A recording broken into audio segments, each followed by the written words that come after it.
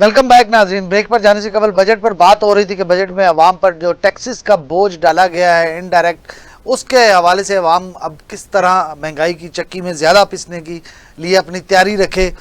थोड़ा सा रिलीफ पर बात कर लेते हैं, ऐसा ना हो कि हमारे मुस्लिम लीग नून के रिपोर्टर हैं जनाब शहजाद हसन मिर्ज़ा साहब बुरा मना जाएँ, तो रिलीफ की बात कर लें। जैसे साहब, ये जो प्रॉपर्टी सेक्टर में टैक्स रिलीफ से क्या लगता है आपको, रियल स्टेट की सरगर्मियाँ बहाल होंगी और घरों पर जो है वो कर्ज़ों के हवाले से भी टैक्स छूट दी गई है, और इसके अलावा ये बिन रिस्क और इन चीज़ों पर भी, स्टेपल फूड पर भी जो है वो रिलीफ दिया गया है। क्या समझते हैं कि को प्रॉपर्टी की मार्केट में बड़ा एक शोबा है पाकिस्तान का?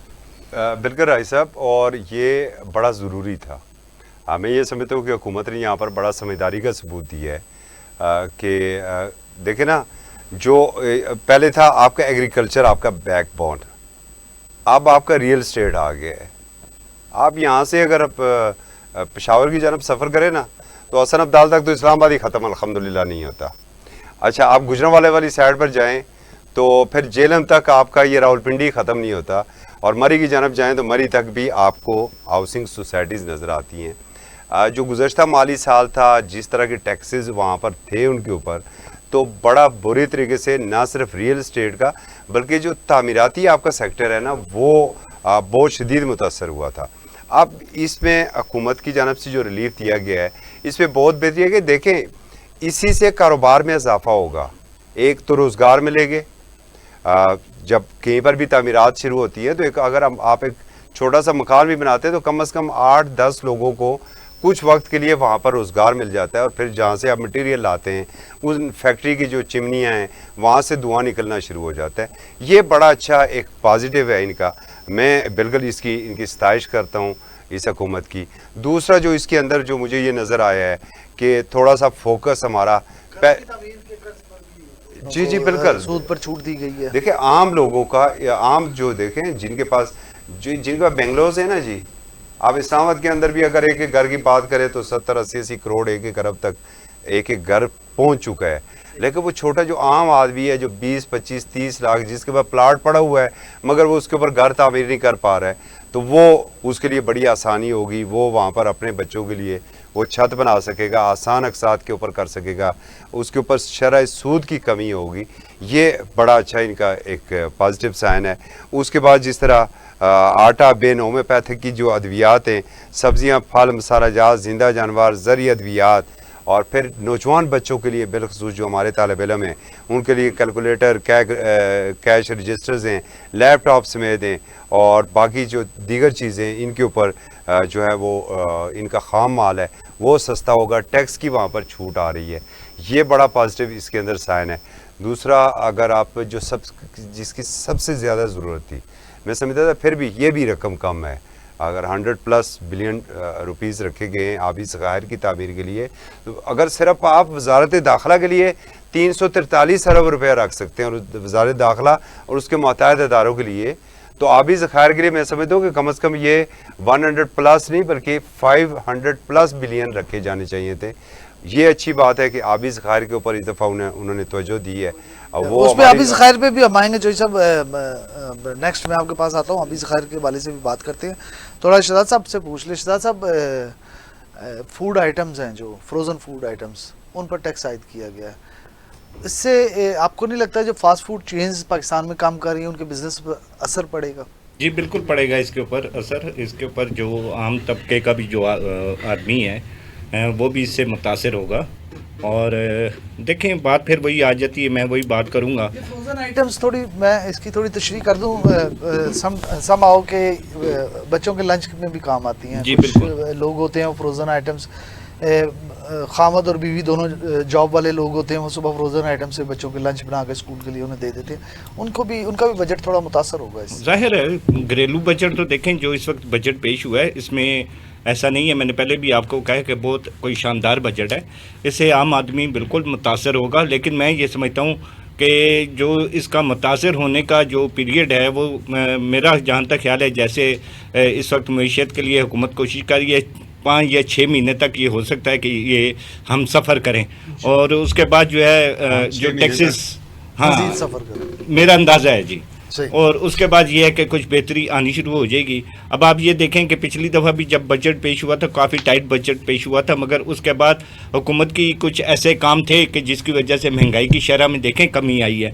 7.7% थी महंगाई की शरह, जो 0.5% पे आ गई है। तो ये जहाँ उसके हुकूमत के सख्त इकदाम हैं वहाँ पर कुछ अच्छे इकदाम भी हैं। अभी आप ये देखें कि अशिया खुर्दनोश के हवाले से जैसे आपने बात की, वहाँ पर हमारे यहाँ इस वक्त मुल्क के अंदर जो सब्जियां हैं या फल हैं उसके अंदर भी खातर ख्वाह जो है वो कमी आई है। इसी तरह दालों की कीमतें हैं उसमें भी कमी आई है। हाँ, अलबत्ता अगर कमी नहीं आई ना करे तो मैं एक सवाल कर सकता हूँ सर। जी करें। कि सर मैं गलती से, चूँकि गर्मी बहुत ज़्यादा थी तो लीमू लेने गया, तो वो जो है वो लीमू जो हम खुद अपने पैदा कर रहे हैं वो 800 रुपये की मुझे किलो मिले हैं। इस वजह से आपको महंगे मिले हैं कि इस वक्त उसकी काश्त में कमी आई है, क्योंकि आपको पता है मौसमियाती तब्दीली की वजह से काफ़ी सारी जो हमारी जो सब्जियां हैं वो डैमेज हुई हैं। तो इस वजह से ये जो नींबू की, अदरवाइज़ आप ये देखें जैसे आपने बात की रमज़ानुल मुबारक में जो है वो हालांकि महंगी चीज़ें होती हैं, उस वक्त भी वो नींबू जो था वो आपको अच्छा जो कागजी नींबू था वो 150 या 200 रुपये किलो मिलता रहा है, और 100 रुपये किलो तो आम नींबू जो फार्मी होता है वो मिलता था।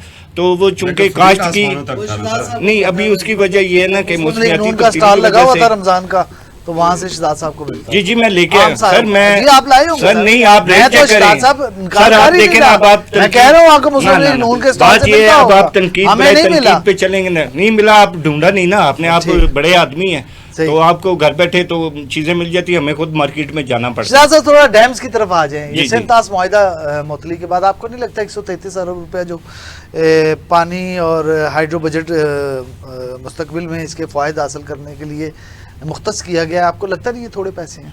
बिल्कुल कम है सर। देखें जिस वक्त मैंने कल भी आपको तो हमें जंगी बुनियादों पर हाँ हमें करना चाहिए, और ख़ास तौर पे जो हमारा वाघा बॉर्डर है उसकी एलोकेशन के ऊपर, या जो हमारा इंडिया के बॉर्डर के साथ जो जितनी भी जगह हैं वहाँ पे हमें ये डैम्स बनाने चाहिए, ताकि देखें बाज़ दफ़ा भारत के पास इतनी गुंजाइश नहीं होती कि उस पानी को वो स्टोर कर सके, लिहाजा वो पाकिस्तान की तरफ छोड़ के तो खुश होता है कि ये सलाबी रेला इधर जाए, और उससे वाकई हमें डैमेज होता है। इसके लिए बेहद ज़रूरी है कि हमें इस डैम्स के जो फंड्स हैं इसको बढ़ाना होगा, बजाय इसके कि देखें मुल्क के अंदर हमें बेशुमार फायदे, हमारे ज़राअत को भी, हमारी ज़राअत को फ़ायदा है जी। हम पानी अच्छा खासा उसको स्टोर कर सकते हैं, फिर हम किसी मुल्क के लिए पानी का जो मोहताजी है वो नहीं रहेगी। हम अपनी तवज्जो सिंताज के से हटा के अगर हमारे डैम्स खुद के बन जाते हैं तो हम और हाँ नहीं, मैं वैसे बात कर रहा हूँ ना, पानी की वजह से ही है ना। तो अगर हमारे पास पानी खुद का स्टोर होगा तो फिर तो हमें इतनी परेशानी नहीं होगी। बाकी एक और चीज़ की मैं जिक्र करूंगा, जैसे चौधरी साहब ने जिक्र किया था कि तामीरात के हवाले से गवर्नमेंट ने बड़ी छूट दी है। मैं समझता हूं कि ठीक है छूट दी है, टैक्स का सारा कुछ किया है, लेकिन यहाँ पर मैं फिर ये कहूँगा कि पंजाब की तर्ज का वफाक हुकूमत ने कोई कदम नहीं उठाया। देखें यहाँ पर कम से कम जो आम गरीब आदमी है जिसके पास 3 मरले 5 मरले या ज़्यादा से ज़्यादा 10 मरले तक प्लाट है, ख़ास तौर पर जो इस्लामाबाद के मुसाफाती इलाके हैं वहाँ पर, हाँ यार आप उनके लिए कोई कर्ज़ों की स्कीम का ऐलान करते, अगर आप बिला सूद अगर आप तामीरात के शोबे में इसको लाना चाहते हैं। सेकेंडली अगर आपने इस मुल्क में ठीक है आपने टैक्सेस लगाए हैं, टैक्स वो अफोर्ड कर सकता है जो कमा भी ज़्यादा रहे। अगर आपने टैक्सेस लगाने हैं बिला झिझक लगाएं, लेकिन आप 7 मुल्कों के अंदर जो है उसकी आमदन का जरिया भी बढ़ाएं। अगर आपके पास जॉब्स अगर आपके पास जॉब्स अवेलेबल नहीं है, आप यहाँ पर जो है वो छोटे तर्ज के ऊपर कर्जे कारोबार के लिए दें। महज ऐलानात हैं। यहाँ पर यूथ अफेयर्स के हमारे राना मशहूर साहब भी हैं, उनके भी बड़े अच्छे प्रोग्राम होते हैं, सारा कुछ है, लेकिन प्रैक्टिकली मैंने अभी तक नहीं देखा कि किसी गरीब आदमी को, किसी स्टूडेंट को, किसी हुनरमंद को कर्जा मिला हुआ और उसने इस्लामाबाद के सेक्टर के हवाले से देखें यहाँ पर उन्होंने नहीं किया। तो मैं ये चाहूँगा कि इसके ऊपर हुकूमत जो है खातर खा तवज्जो दे, महज ऐलानात के ऊपर ये महदूद ना रखे कि इसके ऊपर करे। अगर हमने हुनरमंद प्रोग्राम है हाँ इसको करें। बाकी ये है कि बाकी चीज़ें आपकी फिर साथ साथ चलेंगी। हमेशा टैक्स का बोझ, महंगाई का बोझ उसी के ऊपर पड़ता है जिसके पास आमदन के जरिए जो हैं वो कम होते हैं। हुकूमत ने अगर टैक्स लगाने तो जरिया आमदन जो है उसको भी तो बढ़ाए ना।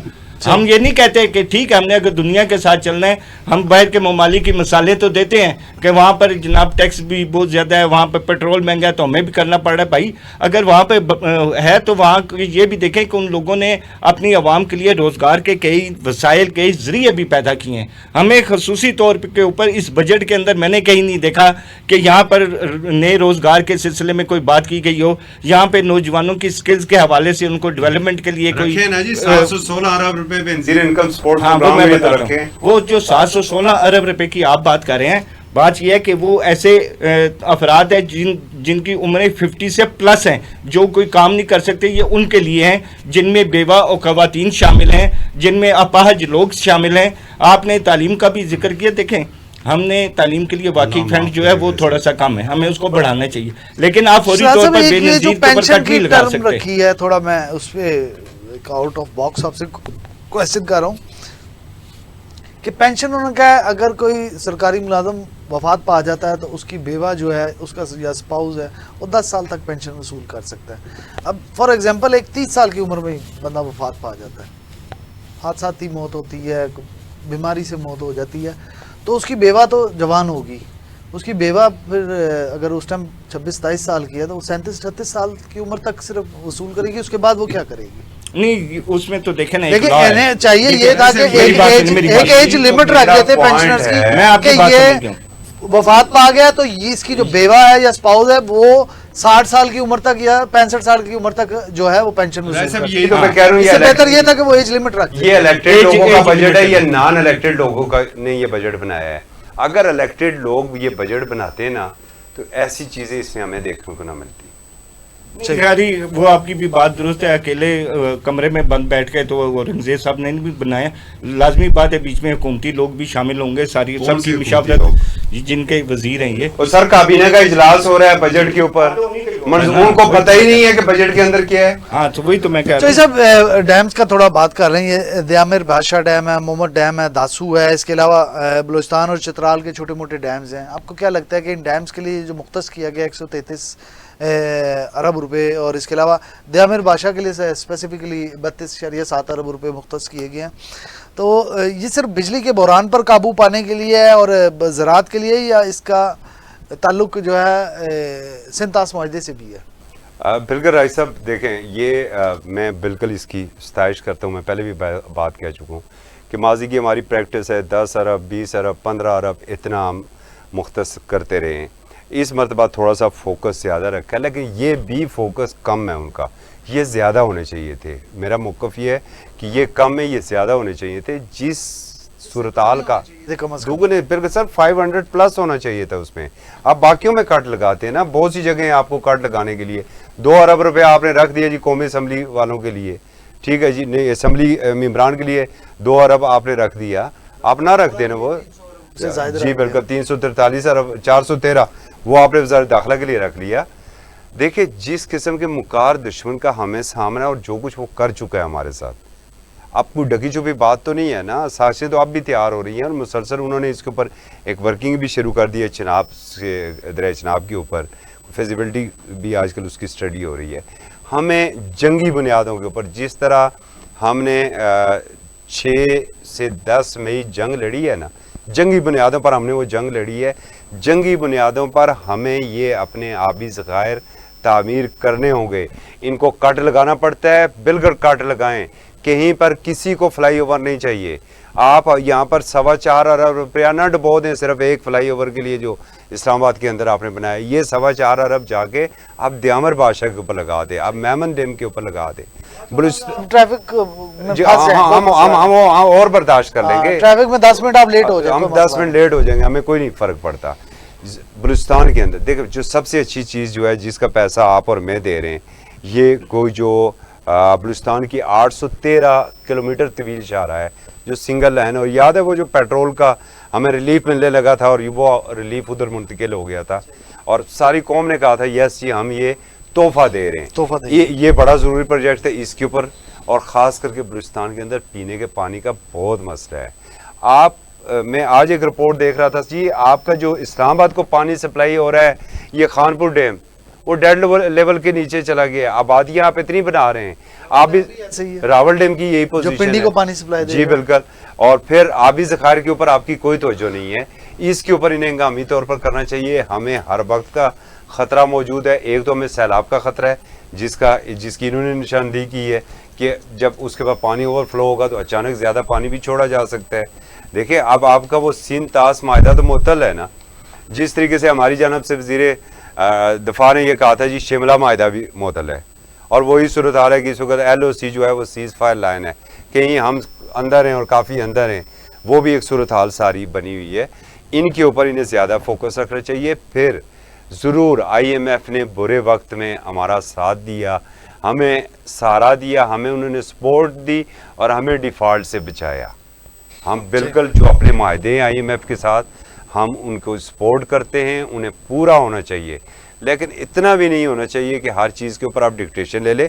हमें IMF से भी ये गिला है कि ठीक है मेरे ऊपर तो जो आप पेट्रोलियम 2.5 रुपीज़ पर लीटर लगा रहे हैं, तो कभी ये आपने कहा है जी कि एक मिनिस्टर कितना पेट्रोल इस्तेमाल कर रहा है, एक सेक्रेटरी कितना पेट्रोल इस्तेमाल कर रहा है, एक मोअज़्ज़िज़ जज साहिबान और उनका प्रोटोकॉल का अमला पर डे कितना पेट्रोल कंज्यूम कर रहा है? कभी आज खुद नोटिस ये भी तो मेरी मोअज़्ज़िज़ अदलिया ले रहे ना कि पेट्रोल वाला जो मोटरसाइकिल वाला है जो 18,000 रुपया जिसकी तनख्वाह है, जिसने बिजली का बिल भी देना है, घर का बजट भी चलाना है, वो तो खातून खाना प्याज और रोटी के साथ अपने घर का सिर्फ बजट बनाए, और बाकी जो है वो बस मैं क्या कहूँ कि जो उनकी तनख्वाह होती है तो वो तो सिर्फ बस खाने पे और पीने के ऊपर ही सिर्फ खर्च हो जाती है। शहजाद साहब आपको क्या लगता है, जो इनसे मैंने सवाल किया आपसे भी पूछना चाहूँगा कि जो 133 अरब रुपया रखा गया डैम्स के लिए कम रकम है, इससे ज़्यादा रखी जानी चाहिए थी?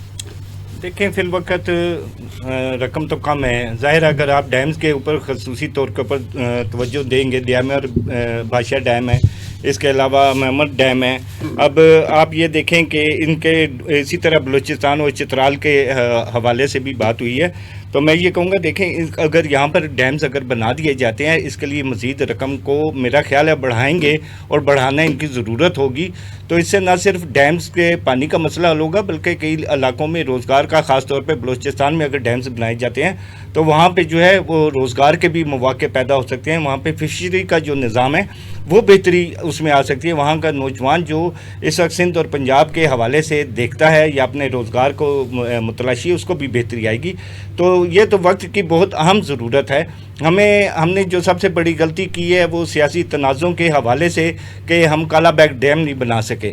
उसके ऊपर हालांकि कनाडा की एक टीम उस वक्त आई थी और उसने बड़ा एक फिजिबिलिटी बना के दी, मगर अफसोस के साथ कि वो हमारे यहाँ पर सियासत की नज़र हो गई और सियासत की नज़र। तो अगर वो बन जाता तो मेरे ख्याल में काफ़ी जो है ना सिर्फ पाकिस्तान के दीगर सूबों को भी फ़ायदा होता, पाकिस्तान के अंदर बिजली का बहरान तो कभी पैदा ही नहीं होना था।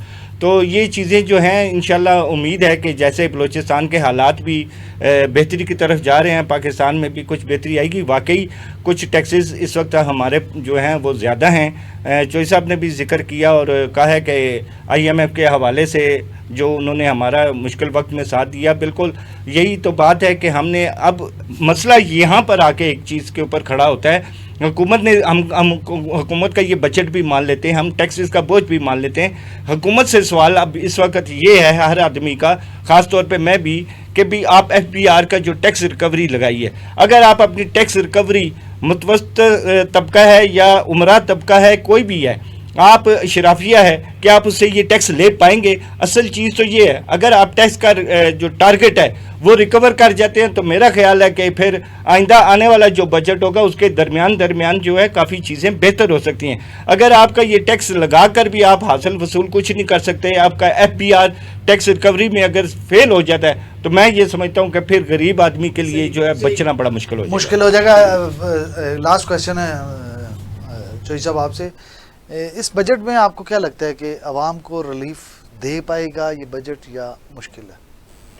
देखिए राय साहब, अगर हम पिछले 23-24 सालों की, जैसे मैंने पहले भी बात की थी, अगर हम वो एक पूरा उसको एक सर्कल को हम देखें तो ये जो बजट होते हैं, और इसीलिए बड़े बड़े आपके सहाफ़ी हैं उन्होंने इसको हमेशा बजट को एदाद शुमार का गोरख धंधा ही करार देते हैं।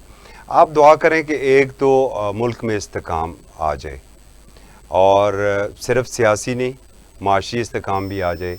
बड़ी अच्छी बात है कि हमारा जो है वो स्टॉक एक्सचेंज बहुत अच्छा जा रहा है, हमारी सनतों में अब तरक्की हो रही है। ज़राअत के ऊपर हमें ज़्यादा फोकस रखने की ज़रूरत है। जब हम इन चीज़ों देखें, आप अपनी चीज़ें खुद पैदा करेंगे ना सर, तो आस्ता आस्ता सारी चीज़ें नीचे आ जाएंगी, महंगाई कम हो जाएगी, आवाम को फिर टैक्सों से भी रिलीफ मिलेगा।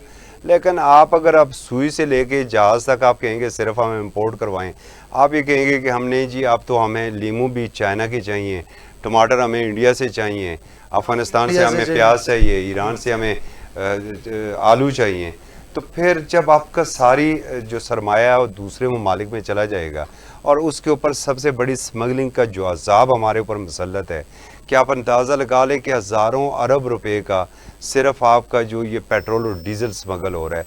और इससे जो मोहताद अंदाजे के मुताबिक ये कंफर्म फिगर नहीं है, तकरीबन 500 से 600 अरब रुपए का FPR को सिर्फ नुकसान हो रहा है, वो जो उस पेट्रोल के और डीजल के ऊपर जो टैक्स की माद में होते हैं। तो फिर तो ये सर रिलीफ मुमकिन है, वरना ख्वाब है, देखते रहें आप भी। और शहजाद साहब, आपको क्या लगता है आवाम को रिलीफ मिल पाएगा इस बजट से? आइंदा 2-4 माह में कोई देख रहे हैं आप? देखें, मैंने तो फिर अभी पहले आपसे बात की है, जब तक गवर्नमेंट टैक्स रिकवरी को बेहतर नहीं करेगी, मेरा नहीं ख्याल कि आम आदमी तक जो है वो रिलीफ पहुंचेगा। अलबत्ता जैसे कोशिश की गई है हुकूमत ने इस वक्त जो बजट पेश करने की, उसमें किसी हद तक हम ये कहते हैं कि बोझ भी नहीं डाला। अगर रिलीफ ज़्यादा नहीं मिला तो ज़्यादा बोझ भी नहीं डाला। कोशिश की है गरीब बचे ही ना? नहीं, गरीब इंशाल्लाह बचेगा भी नहीं, क्योंकि इंशाल्लाह बेहतरी की तरफ जाएगा। बचेगा भी नहीं, मतलब आप मान रहे हैं गरीब नहीं बचेगा? नहीं, गरीब की हिसाब से मैंने कहा है कि वो तरक्की करेगा इस पाकिस्तान में। नहीं, गरीब मैं फिर वही आ जाऊंगा। चौधरी साहब, मेरी बात आपने माशाल्लाह मेरी बात सुने, आपने बड़े बजट अटेंड किए हैं। 3 सेकंड में बात खत्म करूंगा। नहीं, आप वफाक में नून लीग की हुकूमत है, शहबाज सरकार की। पंजाब में नून लीग की हुकूमत है, मरियम नवाज साहिबा हैं।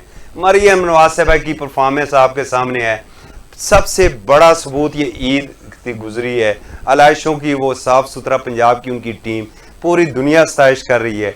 आप यहाँ पर हमें वहां पर फंसा रहे हैं बार बार, हर दफा एक ही तरफ मोड़ के गोल के, फिर गरीब फिर गरीब फिर गरीब। शहजाद साहब, गरीब मुकाऊ तो प्रोग्राम आपने दे दिया ना सर। बात यह है, वो तनकीद तो जितनी मर्जी करते जाएं, बात यह है 75 साल से लेकर आज तक पाकिस्तान के कोई एक बजट मुझे बताएं कि आवाम से खुश हुई। और शहजाद साहब, कोई एक बजट नहीं, आपने हमसे 6 महीने पहले नहीं, आपने 6 महीने पहले वादा किया था ये बजट आवाम दोस्त होगा। आपने कहा था आवाम दोस्त होगा और आवाम को इसका फायदा होगा। हाँ, फायदा ये है कि इसके ऊपर अजाफी टैक्स नहीं डालेंगे, अजाफी टैक्सेस इतने नहीं डालेंगे, गरीब के ऊपर तनख्वाहों के ऊपर नहीं डालेंगे, तनख्वाह में 10%। सब कुछ सनती चीजें हैं जिसको आप रिकवर करेंगे, आपकी बेहतरी आएगी सर, बेहतरी आएगी ना। हाँ, हुकूमत जो है ना, हुकूमत सोलर पर टैक्स लगा दिया आपने IPPs के लिए, क्या सस्ता तो मैं वही आपको छोटी गाड़ी आपने महंगी कर दी है। वो गरीब उसका आप खाली ये मत के शहजाद साहब आगे आप आपने गरीब जवाब की दिया बात कि 25 करके लाख एकदम की लग्जरी आइटम पे चले जाते हैं। 25 लाख की गाड़ी पे फर्क नहीं पड़ा, 2-4 लाख वाली गाड़ी है उसका भी रेट चढ़ जाएगा उसकी वजह से। जो कोई गरीब आदमी 2-4 लाख वाली गाड़ी मेहरान छोटी पुराने मॉडल की ले सकता है, उसको भी वो 1.5 लाख महंगी पड़ेगी। एक गरीब आदमी अगर 26-27 लाख की गाड़ी लेगा तो सिर्फ गाड़ी लेके असर क्या पड़ेगा शहजाद साहब? मेरी बात गाड़ी महंगी होने का असर क्या पड़ेगा? जो मोटरसाइकिल है उसका भी रेट बढ़ेगा। 27 लाख में 12 लाख तो खाली टैक्स है सर। अच्छा, मेरी बात तो सुने, मैन्युफैक्चरिंग आप शोर शराबा डाल देते हैं। शहजाद साहब, आपने हमसे वादा किया था, मेरी एक बात सुने, आपने वादा किया था कि मैं 6 माह पहले मेरी बात पूरी सुन, बजट ना मेरी बात पूरी सुन, आवाम दोस्त बजट ना आया। आप मुस्लिम लीग नून की बीट छोड़ रहे हैं, आप बीट छोड़ रहे हैं, आप बीट छोड़ रहे हैं, जवाब सुनेंगे। आप बीट छोड़ रहे हैं, तो मैं बीट छोड़ दूंगा जी। आप सवाल का जवाब तो लें। आप बीट छोड़ रहे हैं। नहीं, मैं क्यों? हम मुतमईन नहीं है। अभी नहीं पूरा सुनेंगे तो फिर बीट छोड़ने का तो सवाल नहीं पैदा होता ना। नहीं, सवाल पैदा होता है बिल्कुल।